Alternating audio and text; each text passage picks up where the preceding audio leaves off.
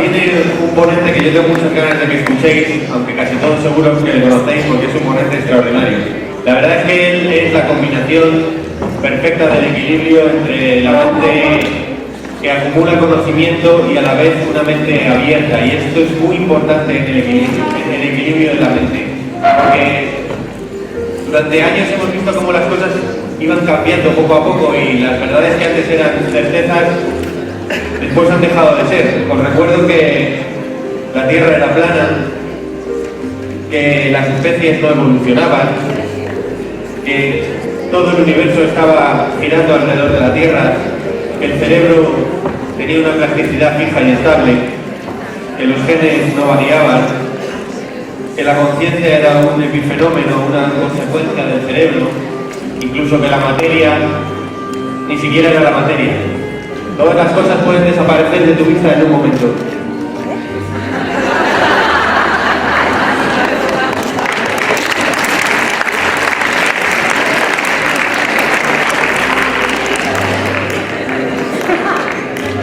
Algunos, como el psiquiatra que viene ahora, se atreven a bailar entre dos aguas y además tienen la valentía de poder comunicarlo. Él, entre los suyos, es muy bueno. Y entre los nuestros, también es muy bueno. Alguien que pertenece a dos mundos a la vez. Estudió psiquiatría en la Escuela Profesional de Psiquiatría, cátedra de Psiquiatría de la Universidad Complutense, doctor en Medicina, máster en Psicología Médica, especialista en Psiquiatría Forense, premio Joven Investigador de la Comunidad de Madrid, miembro de la Asociación Europea de Psiquiatría, ha ejercido tareas docentes en la Cátedra de Psiquiatría de la Facultad de Medicina, autor de múltiples libros, entre ellos El síndrome de Eva, Ser adolescente no es fácil, Endorfinas, ha sido director de la revista Educar Bien, Niños, muy importante la educación de los niños, asesor técnico del Defensor del Menor de la Comunidad de Madrid, responsable del área de salud mental en la guerra de Bosnia para la ONG Médicos del Mundo, miembro del Comité de Honor de la Fundación Altarriba, entre Jorge Saramago, Josep Carreras, Cruzet. No se me olvida que me ha prometido probar el casco de Persinger en mi cerebro, conocido divulgador del mundo de la ciencia, unido a la mente abierta. Un fuerte aplauso para el nuestro, el español, José Miguel Gaona.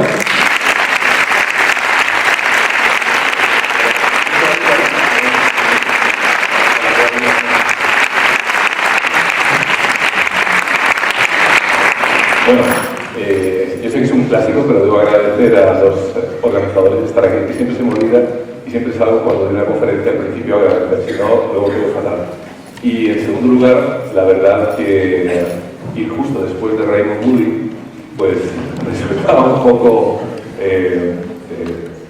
difícil, ¿no? Evidentemente, después de estar detrás de una de las personas que más conocen el tema de las experiencias cercanas a la muerte, pues no es una cuestión fácil, evidentemente, con muchas cuestiones, entre otras, evidentemente que el profesor Moody tiene muchísimas más experiencia, tiene una sabiduría acumulada que eso se nota, que no se aprende en los libros de medicina. Y a propósito de libros de medicina, es decir que ningún libro de medicina, por lo menos de los que yo estudié, venía nada sobre las experiencias cercanas a la muerte.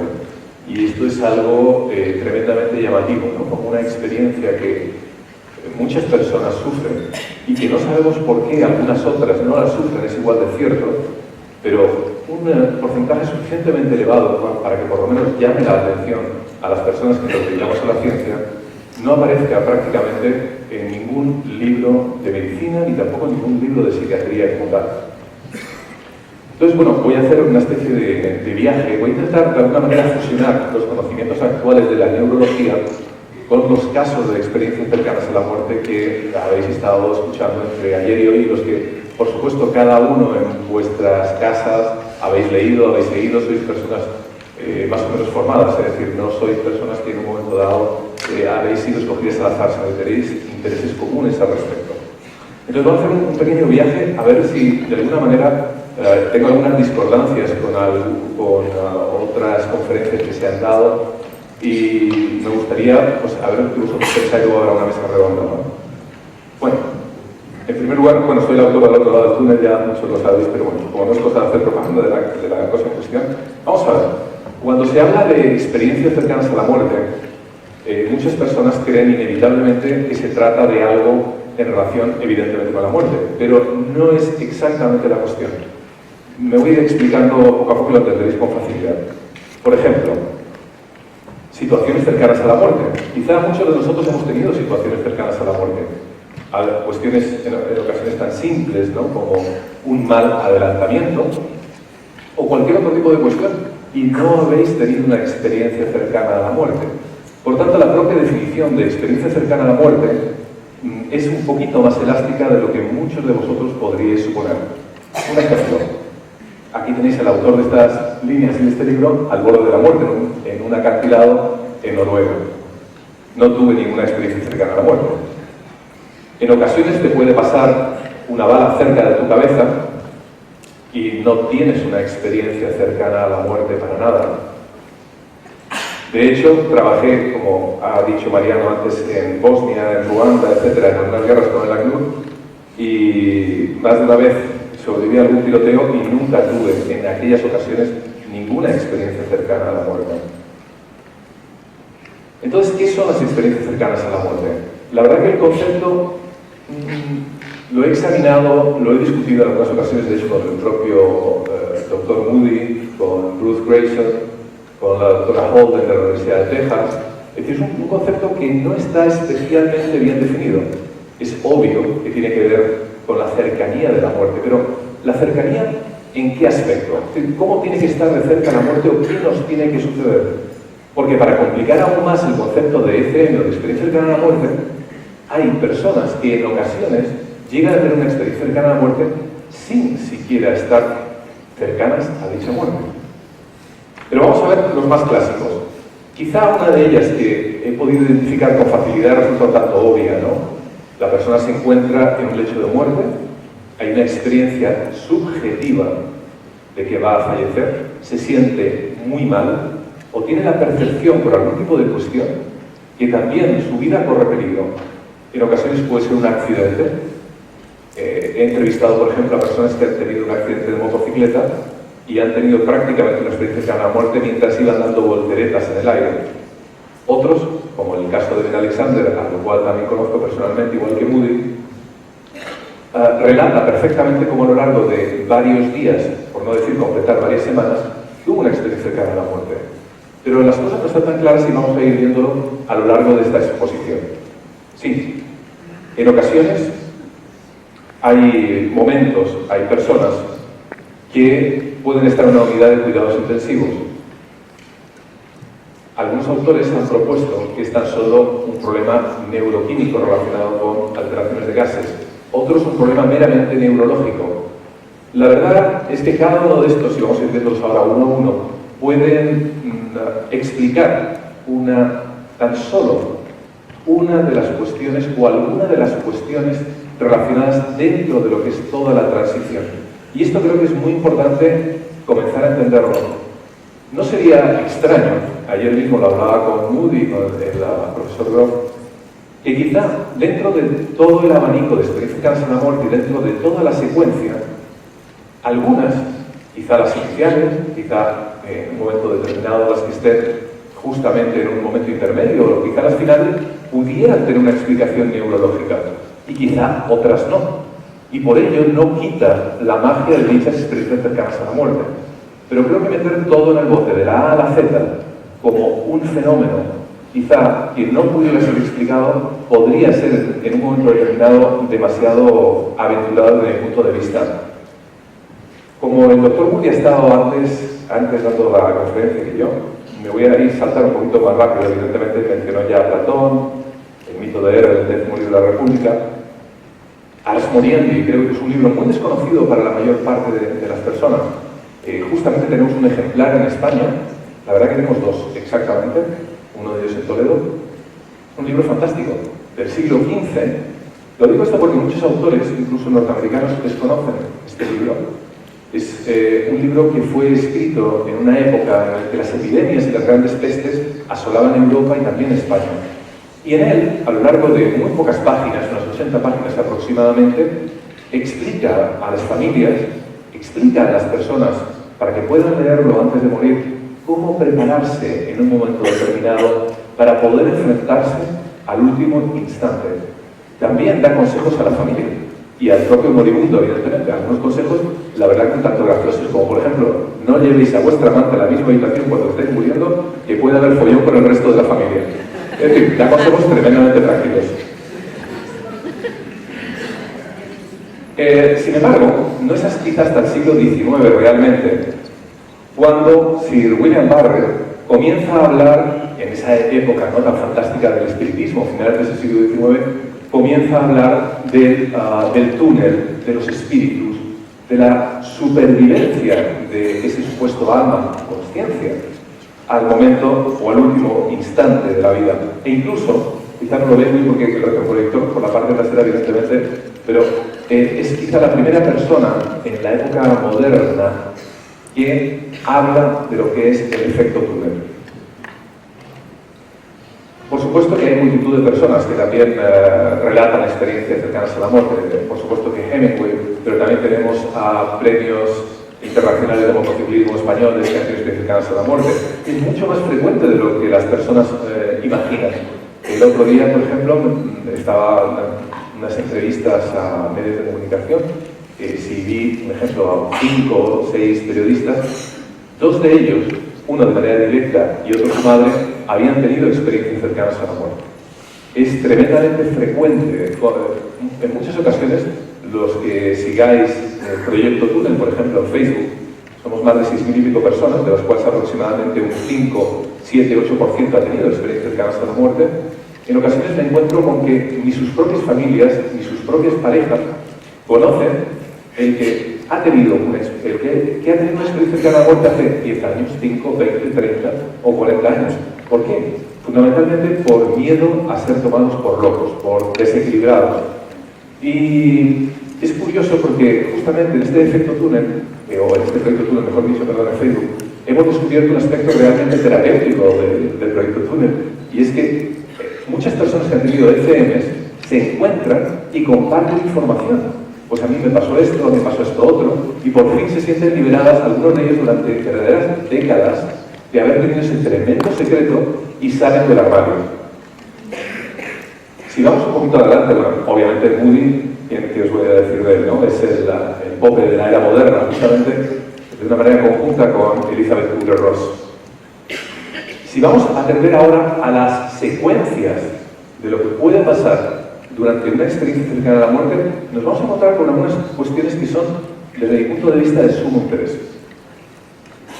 En primer lugar, si imaginamos, por ejemplo, un accidente cualquiera, como el que estamos viendo ahora mismo, veremos que una de las primeras cuestiones que acude a la persona suele ser un sonido, un zumbido de baja frecuencia. Los expertos en música que han tenido una ECM suelen decirse el re mayor. Y hay una curiosidad a propósito de esto. Por ejemplo, Mozart, su último trabajo, que de hecho no llegó a terminar, a finiquitar, pero fue finiquitado luego años después, justamente era en re mayor. Quizá una anécdota o una casualidad, pero es un zumbido. Hay unos trabajos de Wilrich, que es a pesar del nombre germano, es un investigador inglés, que por ejemplo advirtió que en ciertas frecuencias bajas, el oído humano, por ejemplo, entre 20 Hz y 20.000 Hz, un poquito más baja de los 20 Hz, es decir, un tono realmente muy grave, 18,9 Hz para ser exactos, produce una estimulación a nivel cerebral en el cual ocurren cambios. Quizá algunos de vosotros también estáis familiarizados con los sonidos binaurales, por ejemplo, ¿no? Después de todo, la música no deja de ser una cuestión sumamente interesante desde el punto de vista neurofisiológico. Alguien, el autor, el compositor, crea música en su cerebro, y su cerebro, en su electroencefalograma, se podría ver incluso cómo vibra con esa música. Lo escribe, lo ejecuta, la partitura, un autor o un CD o quien sea, y nuestro cerebro vibra en una frecuencia similar a la del autor. Por eso justamente la música nos puede producir alegría, tristeza, en definitiva nos transmite la vibración cerebral de esa persona. Es decir, no es tan sorprendente este tipo de cuestiones sonoras a nivel de las vibraciones y de los electros en nuestro cerebro. Si seguimos la secuencia, el segundo factor, insisto, podría ser esto neurofisiológico o no, pero es sensación de bienestar. una sensación de encontrarse como que aunque me muera, no pasa absolutamente nada. Algunos autores explican que podría ser por una secreción de endorfinas, otros por el contrario, que no han tenido dolor, por ejemplo, durante esos primeros momentos, no tiene por qué haber sido un accidente. En ocasiones es otro tipo de cuestiones, como un desvanecimiento. En las mujeres se da con bastante frecuencia, por ejemplo, una hemorragia durante el parto o posparto. De hecho, quizás sea una de las más frecuentes en el género femenino. En tercer lugar, la sensación de estar fuera del cuerpo, la sensación de salir, lo que los americanos llaman el out-of-body experience, que no es otra cuestión que tener una sensación de que nuestra conciencia de alguna manera rompe ese vínculo con el soma y sale. Ahora bien, cuando ocurre esto, también no es solamente que la conciencia parezca tener una especie de visión panorámica, ¿no?, por encima de nuestro cuerpo o de nuestra habitación, sino que una persona que ha tenido una experiencia extracorpórea también siente que puede atravesar objetos, escuchar conversaciones que aparentemente son contrastadas de manera objetiva en algunas ocasiones, una alteración de la temporalidad, esto es muy importante, lo veremos luego a continuación, el desplazamiento instantáneo, es decir, como en las películas de ciencia ficción, ¿no? ¡Chas! Ahora me presento en mi casa y veo qué es lo que está sucediendo. Esto es algo relativamente frecuente en personas que tienen una DCM. Los sentidos están alterados, la persona siente, pero no muchas veces a través de los 5 sentidos como nosotros estamos acostumbrados a tener. También hay emociones, es un mundo tremendamente emocional, tanto que justamente, como decía Moody antes, le resulta mucho más real lo que está viviendo que la vida misma, lo que conlleva a una sensación de inefabilidad. La inefabilidad es otra cosa que la dificultad para poder expresar a posteriori qué es lo que he vivido durante mi ECM. Las minusvalías están ausentes también. Aquel que en un momento dado era parapléjico, desaparece. Vosotros sabéis, bueno, Sabo tiene algunos trabajos sobre invidentes, por ejemplo. A posteriori, y creo que es importante entender este tipo de cuestiones porque la neurología puede dar respuestas a algunas cuestiones, ¿no? Estas salidas de fuera del cuerpo, el 53%, es decir, prácticamente la mitad, es verdad, dicen que han salido fuera del cuerpo. Sí, dicen que están viendo la habitación del hospital, de su casa, en la calle, donde fuese. Pero a la vez que dicen que sus sentidos lo perciben, su sensación es que no se encuentran, por así decirlo, en este mundo físico. Como que si se encontrasen en algún otro lado, en otra dimensión.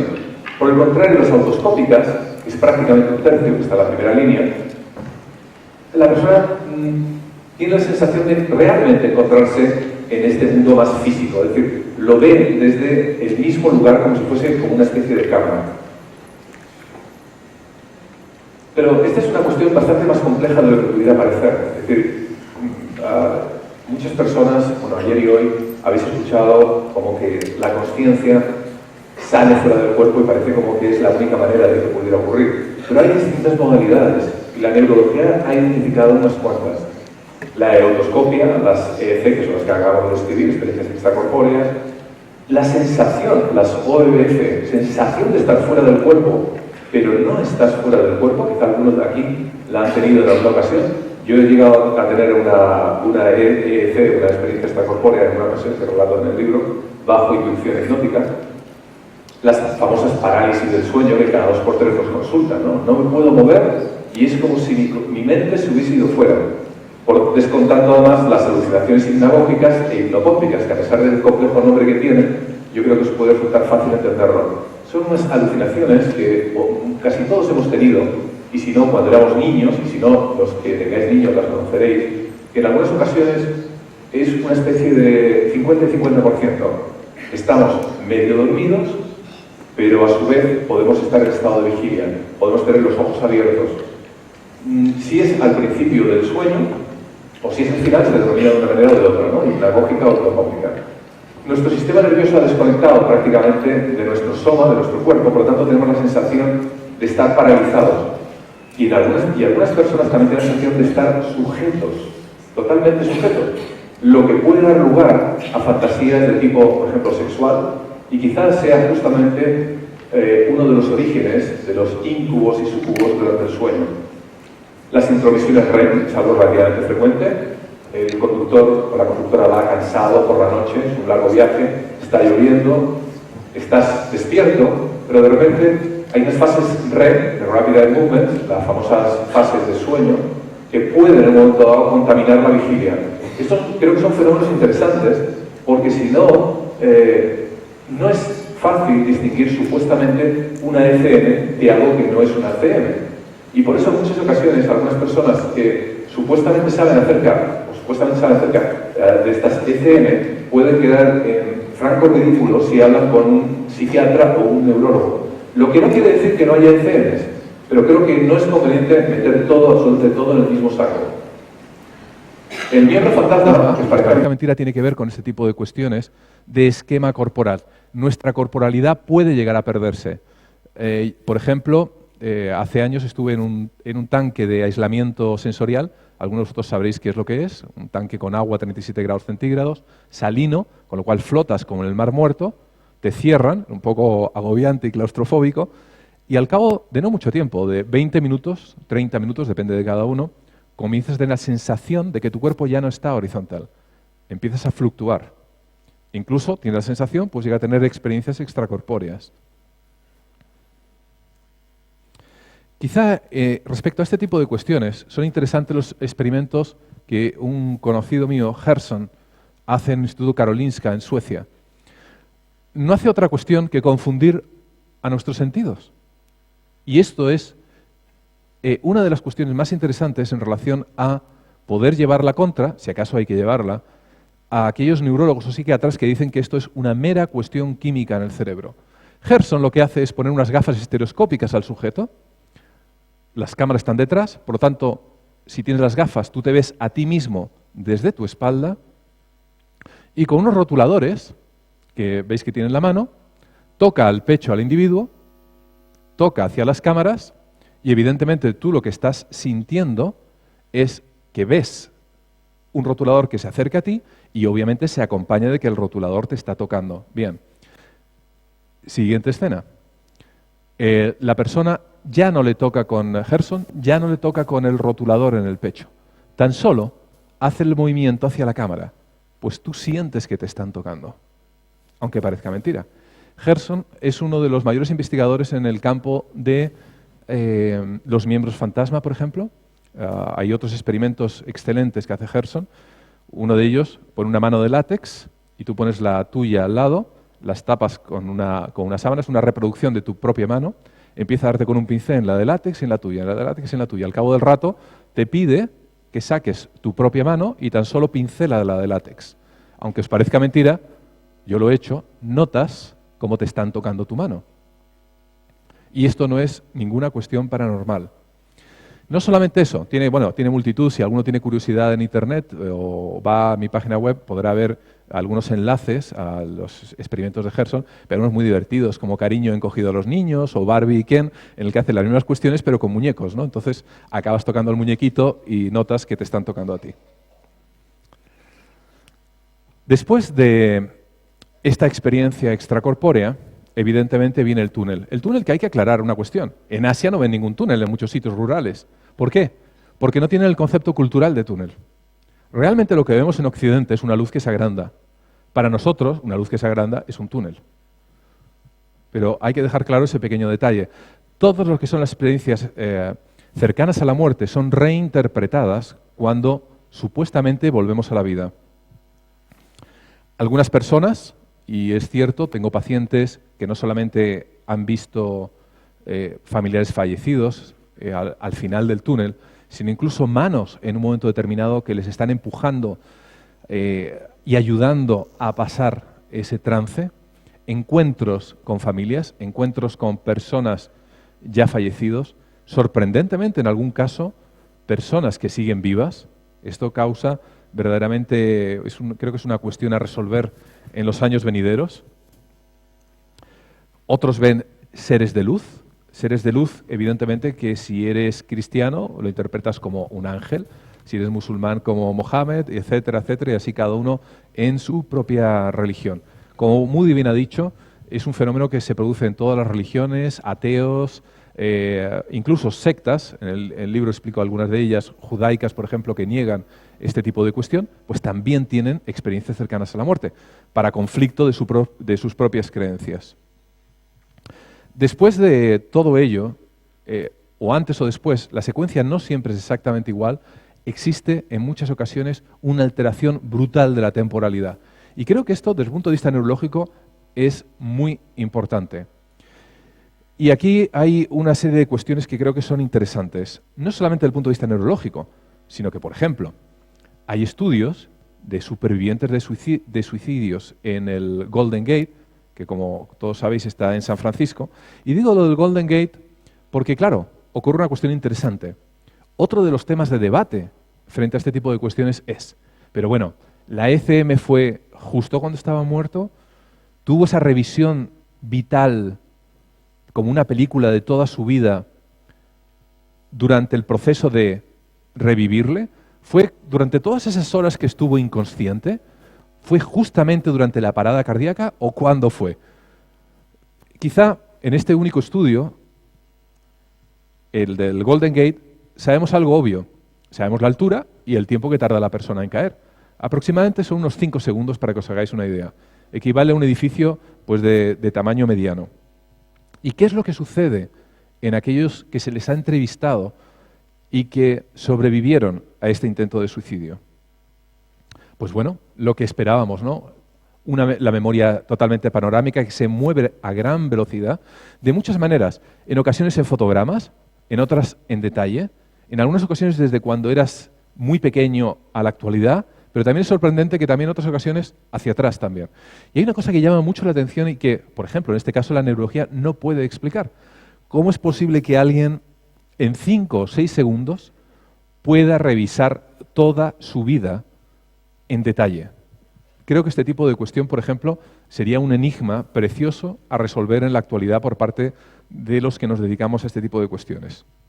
No hay un esfuerzo consciente, porque ahora mismo si os digo que hicisteis el último verano, pues todos tendríamos que tirar un poco del hilo de nuestra memoria y conscientemente intentar recuperar aquellas cuestiones. Sin embargo, no hay un esfuerzo consciente.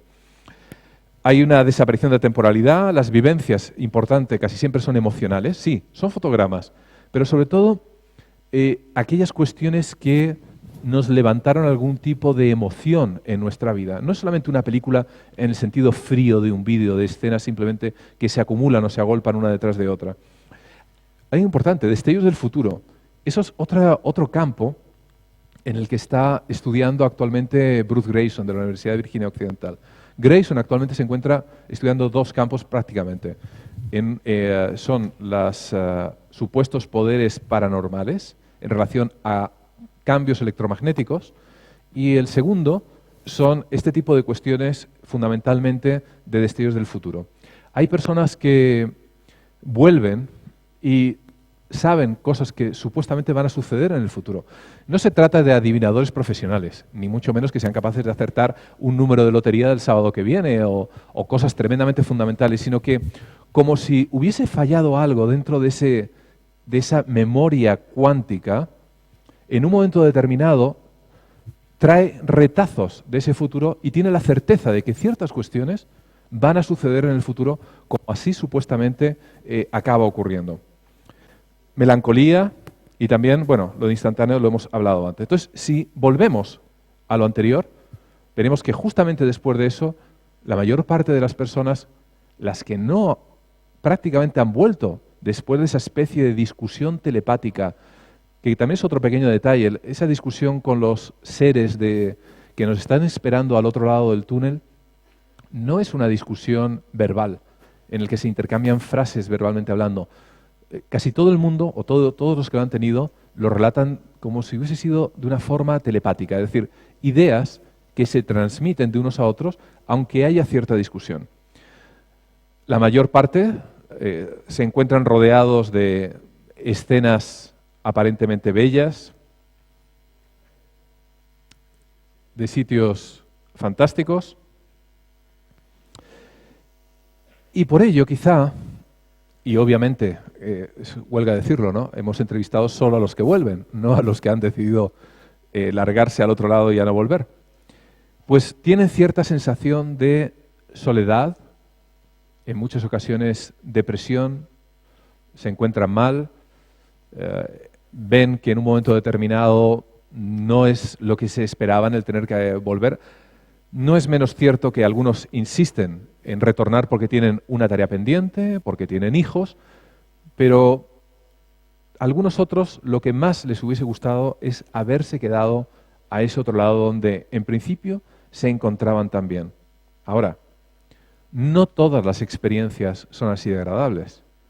Existe aproximadamente, dependiendo de la estadística que podamos ver, un 3, 4, 5, 1% de literalmente experiencias infernales. El encuentro ha sido desagradable. No solamente ha sido desagradable, sino que se han encontrado con personajes que en un momento determinado les ha resultado tremendamente incómodo lidiar con ellos, agresivos, lo que literalmente la mayor parte de nosotros podríamos describir como un infierno. Ahora, aquí viene claro la tentación.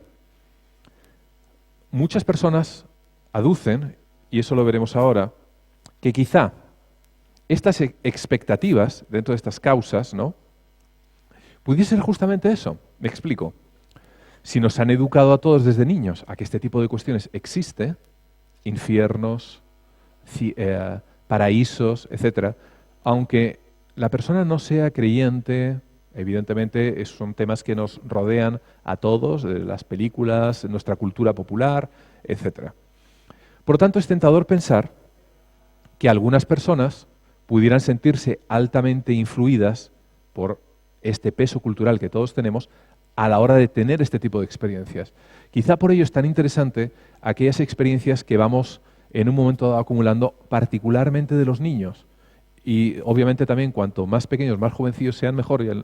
He entrevistado a niños de 3 años y medio, de 4 años, en que ya más o menos pueden hablar, y resulta tremendamente interesante, supuestamente personas que han sufrido un bajo impacto cultural, resulta tremendamente interesante cómo muchos de ellos relatan perfectamente, recuerdo uno de los casos en Barcelona, cómo el niño contaba su experiencia extracorpórea, cómo veía a su madre desesperada, se había caído en una piscina durante el verano, durante una pequeña distracción. La madre se había encontrado con un antiguo amigo, se había liado a hablar, lo típico, que los que tenemos niños lo sabemos, ¿no? De repente vuelves a mirar y el niño ya no está a tu lado, está, en este caso, debajo del agua, ¿no?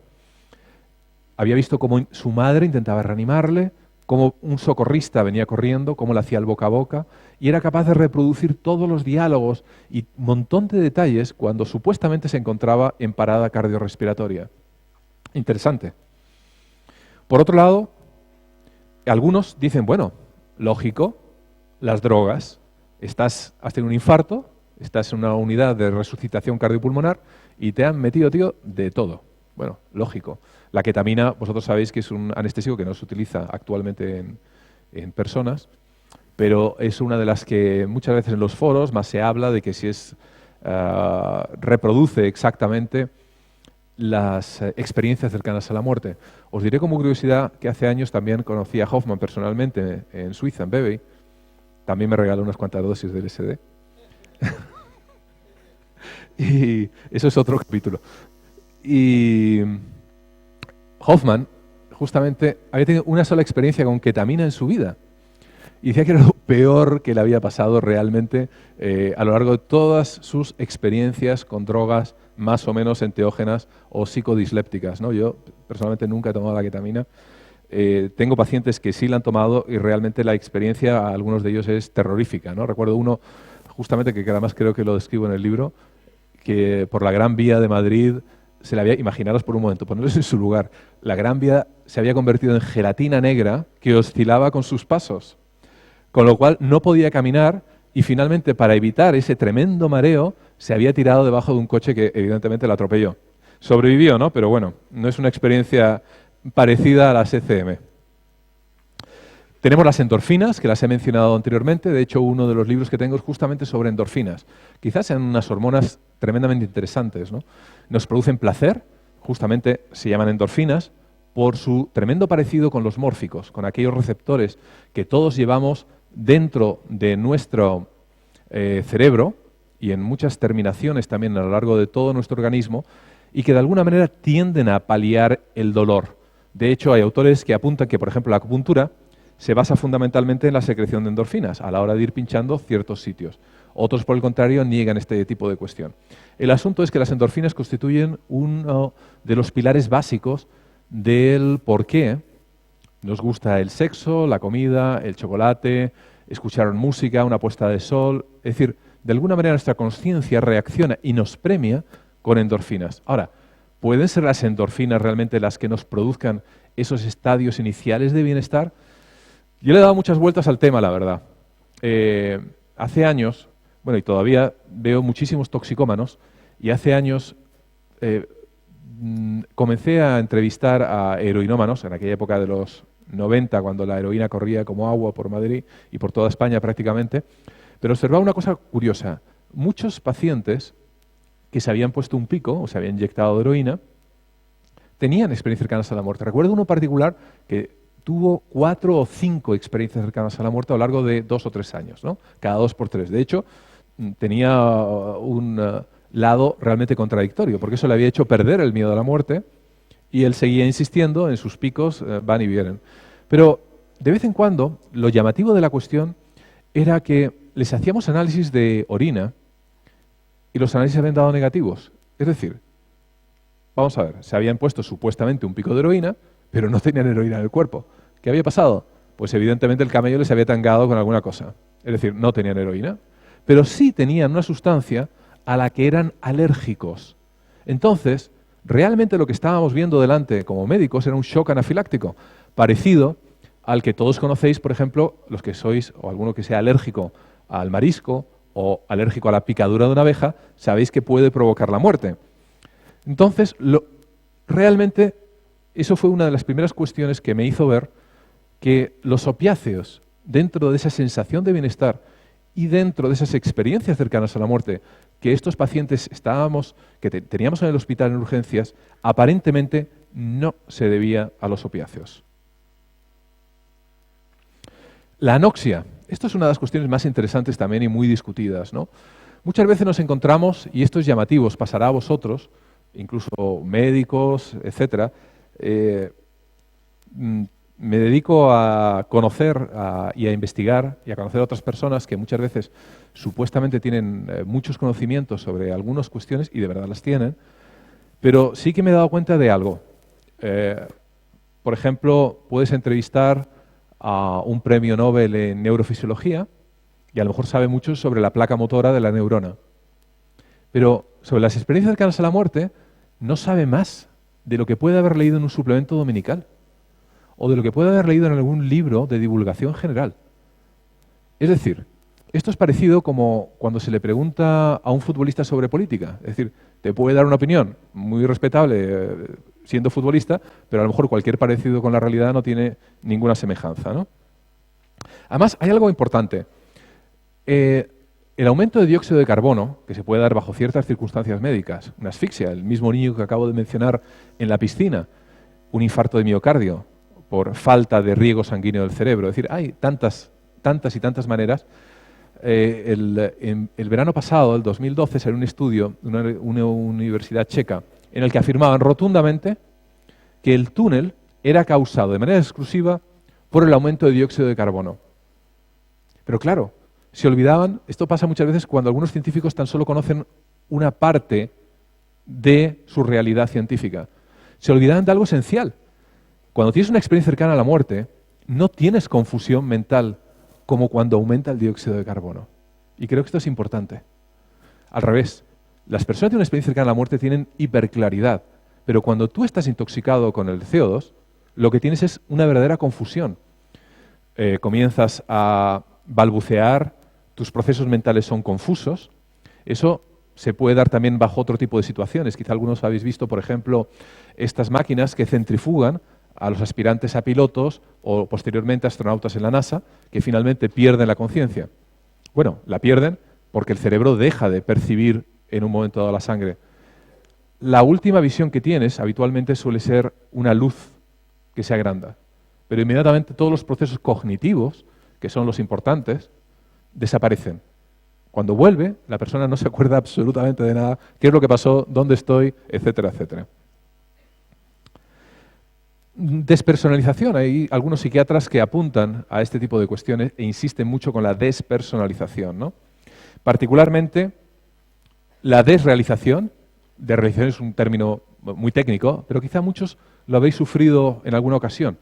Sobre todo cuando estáis bajo momentos de sumo cansancio, por ejemplo, después de varios días de trabajo, de mucho estrés, y de repente notáis como que el entorno, como que pasa todo como una película, ¿no? Como que tú eres más bien un espectador de lo que sucede alrededor. Hay una extrañeza en muchos casos en la despersonalización, que es un segundo concepto que muchos psiquiatras manejan respecto a este tipo de cuestiones, y esa extrañeza respecto a uno mismo. Esto lo vemos muchas veces en la psicosis. La persona se ve al espejo y no se reconoce, no ve, no llega a sentir que la imagen reflejada en el espejo es él o ella mismo, ¿no? Es decir, nos encontramos como si fuésemos un observador de nosotros mismos. Como podéis ver, hay ciertas similitudes, pero una vez más, esto tan solo explica una parcialidad de la experiencia cercana a la muerte. El lóbulo temporal, caray, eso quizás sea una de las cuestiones más fascinantes, ¿no? Los que me conocéis sabéis que es una de las principales líneas de investigación que sigo. El lóbulo temporal, como su nombre indica, se encuentra en la zona temporal del cerebro, es decir, hacia la zona media y un poquito hacia atrás. Particularmente, bueno, hay dos lóbulos temporales, el izquierdo y el derecho, pero particularmente el derecho tiene una función muy interesante. Personas afectas de epilepsia, por ejemplo, el lóbulo temporal, lo saben perfectamente, y si hay alguna aquí en este auditorio, sensaciones místicas, auras, sensación de presencias. Lo digo para los que vieron el famoso episodio del Teatro Cervantes de Almería en el que participé, ese era mi interés principal. Muchas personas habían sentido presencias y fue la razón por la que me presté a estar ahí. Yo mismo sentí presencias. Bajo ciertas circunstancias de aislamiento sensorial se puede llegar a notar cierto desmande en este lóbulo temporal derecho. Pero también hay otras maneras. Por ejemplo, la fundadora de los adventistas del séptimo día, cuando tuvo 12 años, le dieron una pedrada en la cabeza justamente a la altura del lóbulo temporal. Cuando se recuperó del coma, porque estuvo prácticamente 2 meses en coma, comenzó con las sensaciones místicas y creó una nueva religión. Es un lóbulo tremendamente interesante, hasta el punto que algunos autores lo han denominado la antena de Dios. Nosotros llevamos 2 líneas de investigaciones. Una, parecida a la que lleva Persinger en la Universidad Laurentiana, o Laurentian University en Ontario, Canadá. El profesor Persinger, a pesar de ser una universidad canadiense, es norteamericano. Se dedica, quizá algunos habéis oído hablar del casco de Dios o el casco de Koresh, que fue el ingeniero que lo diseñó. En pocas palabras, nosotros tenemos uno en España, quizá de los pocos que hay en toda Europa. Son una serie de bobinas que se ponen alrededor de la cabeza y crea, esto está controlado con un ordenador, unos campos magnéticos circulares que van rotando alrededor del propio cerebro en contra de las agujas del reloj. Pero ocurre una cosa interesante. Cuando se encuentra el campo magnético a la altura del lóbulo derecho, aumenta la intensidad. Todo esto en muy pocos microteslas. Microteslas es una medida de campo magnético. Aproximadamente 100 y pico, 200 microteslas, para que os deis una idea, porque ahora veréis el por qué lo digo. Entonces, cuando va por la zona izquierda, baja la intensidad, pero cuando va por la zona derecha, existe esta elevación del campo magnético. Entonces, esto produce una asincronía entre ambos lóbulos. Al rato, depende mucho de esto, solemos trabajar por la noche, Persinger también trabaja por la noche, os lo diré como curiosidad para los que sigáis Proyecto Túnel en Facebook, en junio estaré trabajando con él una semana. Empezamos como y también en España como a tipo 5 o 6 de la tarde, hasta las 5 de la mañana aproximadamente. ¿Por qué? Hemos observado que cuando los niveles de melatonina están altos, nuestros lóbulos están más sensibles. Esto tiene doble interpretación, porque las presencias ocurren más de noche, ¿verdad? Desde el punto de vista neurológico. O cuidado, quizá yo veo en ocasiones que muchos científicos, y en Europa y en Occidente, hemos sido profundamente afectados por Barrio Sésamo cuando éramos niños, porque tendemos a ver la realidad muchas veces con extremada simpleza. arriba, abajo, derecha, izquierda, ¿os acordáis, no? De Barrio Sésamo. Entonces, parece que todo esto o es neurológico o parece que es una cuestión, ¡guau!, propia de estados ya de otras dimensiones, ¿no? Pero, ¿y si fuese una conjunción? Y es lo que yo planteo, y quizá es donde no sintonizo con otras personas que han expuesto sus ideas aquí. ¿Por qué tenemos que elegir uno u otro? ¿Y si fuese una mezcla de ambas? ¿Y si la neurología y la ciencia fuese mucho más mágica de lo que todos imaginamos? Hasta hace poco, ¿verdad? Nadie podía imaginar que una partícula cuántica pudiera estar en dos sitios a la vez. O que los mejores... Se ha cortado.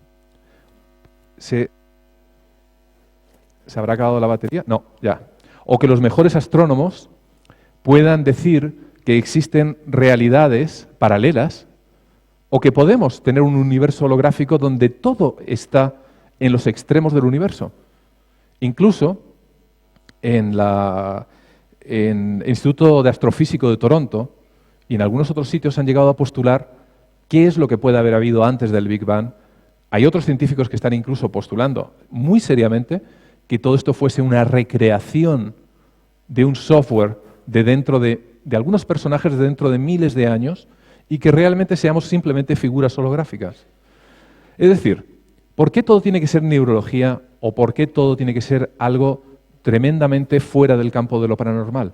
La ciencia quizá, y quizá es la apertura a la que invito también a aquellos colegas o a aquellos investigadores que estén aquí, es a abrir otro tipo de vías, a alejarse del efecto de Barrio Sésamo, y es investigar en este otro tipo de cuestiones que son mucho más difíciles y distintas a las teorías mecanicistas que llevamos arrastrando prácticamente desde la época de Pascal, de Copérnico, desde la era industrial. Este lóbulo temporal además puede ser estimulado, estamos en otro proyecto y ahí nos hemos adelantado a Persinger, con estimulación magnética transcraneal profunda. En pocas palabras, son unas bobinas. En España existen prácticamente 2 o 3 aparatos, uno de los cuales los tenemos nosotros, unos cacharros enormes, unas bobinas de prácticamente del tamaño de una pequeña paellera, se ponen a la altura del lóbulo temporal, también sirve para el propósito de este tipo de aparatos, entre paréntesis os lo diré, es para las depresiones y algún otro tipo de enfermedades de tipo psiquiátrico, ¿no? Pero bueno, aprovechamos el aparato para esta otra cuestión. Lo que hacemos es estimular el lóbulo temporal, pero en este caso no con unos cuantos microteslas, sino con centenares y en algunos casos miles de microteslas. Hasta el punto que antes de darnos la racha de microteslas en cuestión nos tenemos que quitar todas las cosas de metal que tengamos en el cuerpo porque alcanzan con suma facilidad un montón de grados de temperatura.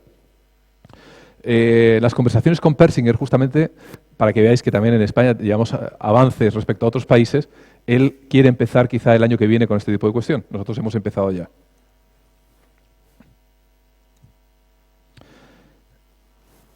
¿Qué es lo que pasa después de una experiencia cercana a la muerte? Bueno, algunas las ha apuntado Moody, las ha apuntado Grof, el amor hacia los demás, el aumento de la vida familiar. Cuidado que no todo es tan bonito, ¿eh?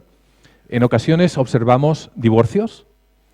Imaginaos por un momento que la persona aumenta su espiritualidad de una manera importante, pero el otro miembro de la pareja permanece igual que estaba.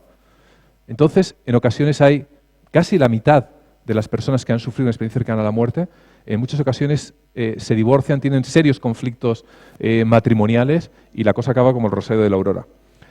Respecto a lo religioso espiritual, pues lo que nos encontramos también que aquellos que son religiosos aumentan su índice de religiosidad, los que no eran espirituales suelen adquirir una vida espiritual importante.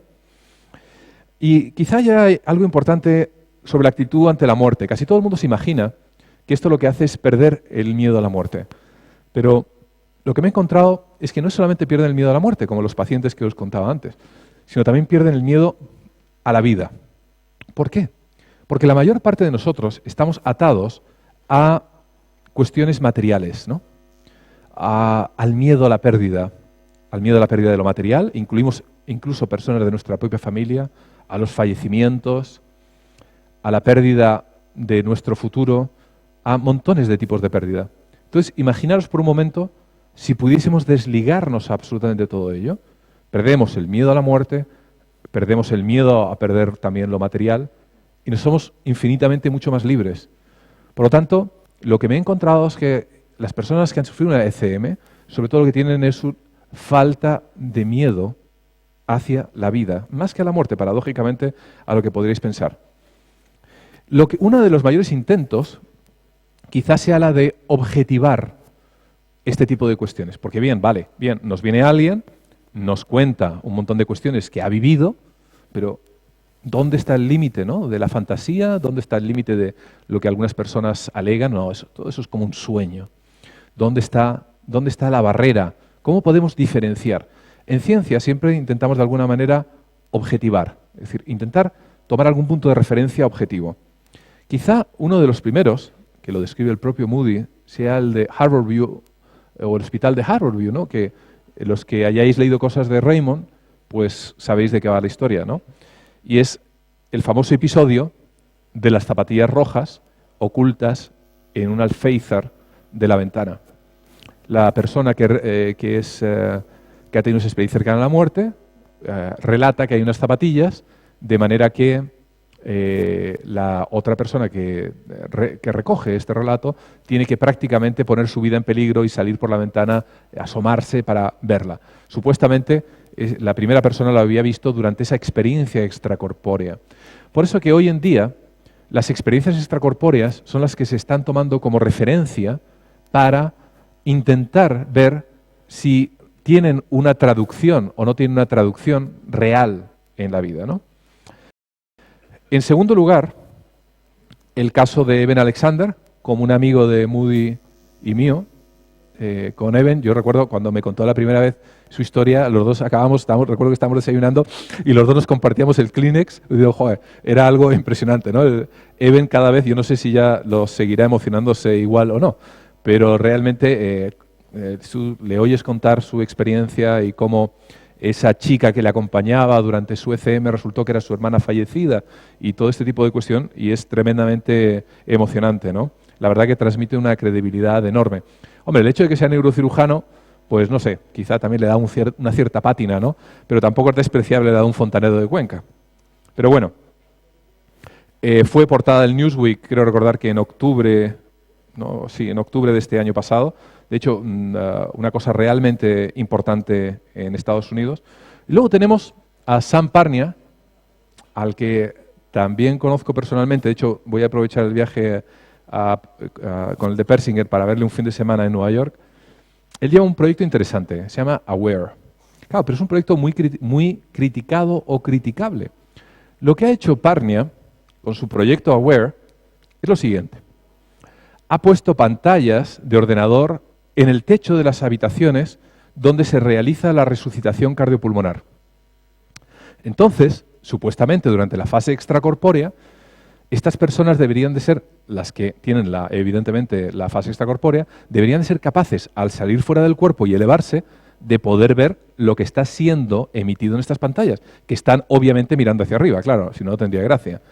Ni los propios médicos saben qué imágenes, que son símbolos, no son fotografías, sino símbolos, que están siendo símbolos muy simples, parecidos a las cartas de Zener, que se utilizan en parapsicología. El ordenador emite esas imágenes de manera aleatoria, randomizada. Hay unas cámaras que tienen lo que es el time print, o sea, es decir, la marca de agua con la hora, el minuto exactamente, y están sincronizadas con los ordenadores. Por lo tanto, supuestamente, si alguien ve una estrella, por así decirlo, en la pantalla de arriba, luego se podría ver en qué instante esa estrella estaba siendo proyectada en la pantalla. Y podríamos saber en qué estado fisiológico se encontraba el paciente. ¿Fue justo cuando le reanimaron? ¿Fue antes? ¿Fue cuando tenía el electro totalmente plano? Etcétera, etcétera, ¿no? Pero claro, esto adolece de algún tipo de cuestión. Ayer mismo estaba discutiendo el proyecto Aware con Raymond, Moody, y yo le decía que no me parece adecuado, porque claro, las leyes físicas y de observación, cognitivas, etcétera, no tienen por qué ser las mismas cuando tienes una experiencia cercana a la muerte. Es decir, no es que estemos igual que ahora mismo pegados al techo mirando para abajo, sino que hay otro tipo de cuestiones. De hecho, ahora os contaré una pequeña anécdota con Grayson. De hecho, Moody me indicó una cosa que me pareció interesante, ¿no? Que podía haber incluso hasta aspectos éticos implicados en ese tipo de cuestión. Imaginaos que alguien se muere y lo último que ve es un conejo. ahí en la pantalla, ¿no? Pues parece una tontería, pero quizá estaríamos rompiendo una cadena natural de tránsito de la vida a la muerte. Por lo tanto, el proyecto AWARE tiene algunos puntos flacos desde mi punto de vista. No es tan sencillo esto de 2 más 2, 4. Bruce Greyson, por ejemplo, es quizá, desde mi punto de vista, uno de los más serios investigadores sobre el tema de experiencias cercanas a la muerte. A Greyson no hay manera de sacarle una palabra acerca de qué es lo que cree él sobre este tipo de cuestión. Él te puede remitir a sus estudios, te puede remitir a lo que en un momento dado ha observado con sus estadísticas, etcétera, etcétera. Hombre, si le pillas un poco emocionado y en alguna recepción que nos hayamos tomado un vino, pues a lo mejor se puede soltar un poco más de la lengua, pero usualmente es una de las personas más reservadas que he conocido en mi vida. Greyson intentó hacer un experimento similar en la Universidad de Virginia y uno de sus pacientes contaba lo siguiente: pero vamos a ver, doctor Greyson, ¿usted se cree que cuando yo tenía mi extraordinaria experiencia cercana a la muerte y me encontraba fantásticamente bien, atravesando paredes, viendo cosas fantásticas, yo me iba a fijar en la pantalla de un ordenador pegado al techo? Y el paciente le dijo a Greyson, ¿usted se acuerda del modelo del último coche y la matrícula antes de entrar al hospital? Pues evidentemente no se acordaba de nada, ¿no? Por lo tanto, medir este tipo de cuestiones, yo creo que Sam Parnia, quizá, aunque me parece un buen comienzo de estudio, pero quizá nos encontremos con resultados que, aunque pudiesen ser decepcionantes, no tienen por qué ser un fracaso respecto a investigar experiencias cercanas a la muerte. Quizá haya que buscar otro tipo de vías, ¿no?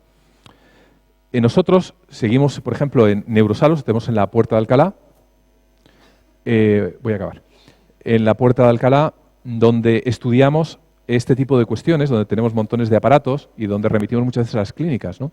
Pero vosotros habéis visto ahora mismo la foto.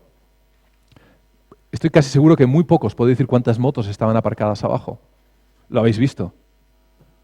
Pero seguramente nuestras capacidades cognitivas, a pesar de que estabais alertas y habéis mirado la foto, muy pocos podéis dar ese pequeño detalle. Esto lo que quiere decir que quizá este tipo de conocimientos realmente excede la manera de poderlas estudiar. Ayer Groth dijo una cosa importante, que para poder entender todo este tipo de cuestiones tenemos que cambiar el marco de pensamiento. Quizá tenemos que inventarnos nuevas maneras de enfrentar o de conocer la mente humana. Hay una pregunta que muchas veces le hago a, no sé, pues cuando conozco a neurofisiólogos, se la he hecho al director de Neurology en Escocia, o se la he hecho a bueno, un montón de gente. Por hacerse se le dice hasta el padre Amorth, que es el exorcista del Vaticano, se la dice a Groth, yo qué sé, cada vez que me encuentro alguno que supuestamente debía saber algo sobre la conciencia o el alma o tal, se la suelto, ¿no? Y las respuestas son tremendamente dispares. Pero creo que esto revelaría muchísimo acerca de cómo es la estructura de nuestra conciencia y qué es lo que está pasando. Y la propia pregunta, aunque no sepamos contestarla, entraña un conocimiento. Y es la siguiente: si tenemos un cerebro y somos capaces de duplicarlo, no de clonarlo, sino de duplicarlo hasta el máximo detalle cuántico, y suponiendo, siguiendo la neurología actual, que todo está en nuestro cerebro, nuestras memorias, nuestras sensaciones, pero cuidado, no solamente eso, sino la sensación de ser nosotros mismos, que quizás sea una de las mayores virtudes que tenemos, en principio, que se sepa, los seres humanos. Quizá los animales también tienen la percepción de ser ellos mismos. Y esto no debe ser confundido con la inteligencia, porque muchas máquinas son sumamente inteligentes. Ya sabéis, por ejemplo, que el Deep Blue ha ganado a muchos ajedrecistas y otros ordenadores, aparentemente son inteligentes, pero no tienen percepción de ser ellos mismos. Hay algunos neurofisiólogos que apuntan que quizá la consciencia de ser uno mismo se ha parecido a esa velocidad crítica que alcanza un avión justamente cuando empieza a volar. Creo que es una de las explicaciones más elegantes que he escuchado en mi vida. Quizá algún día una máquina comience a tener conciencia de sí misma, como HAL en 2001. Ya lo veremos. Pero siguiendo con el ejemplo, si duplicamos ese cerebro y nuestra conciencia supuestamente está en el segundo cerebro, además del primero, ¿dónde tenemos la percepción de ser nosotros mismos? Eso es una pregunta, creo que entraña es más compleja de lo que pudiera parecer. El segundo cerebro no sería otro yo, seríamos yo mismo. Existen una serie de cuestiones que implican la ética, implica respuestas de tipo filosófico, religioso, etc. Los religiosos lo responden con cierta facilidad, evidentemente, con cuestiones relacionadas con el alma.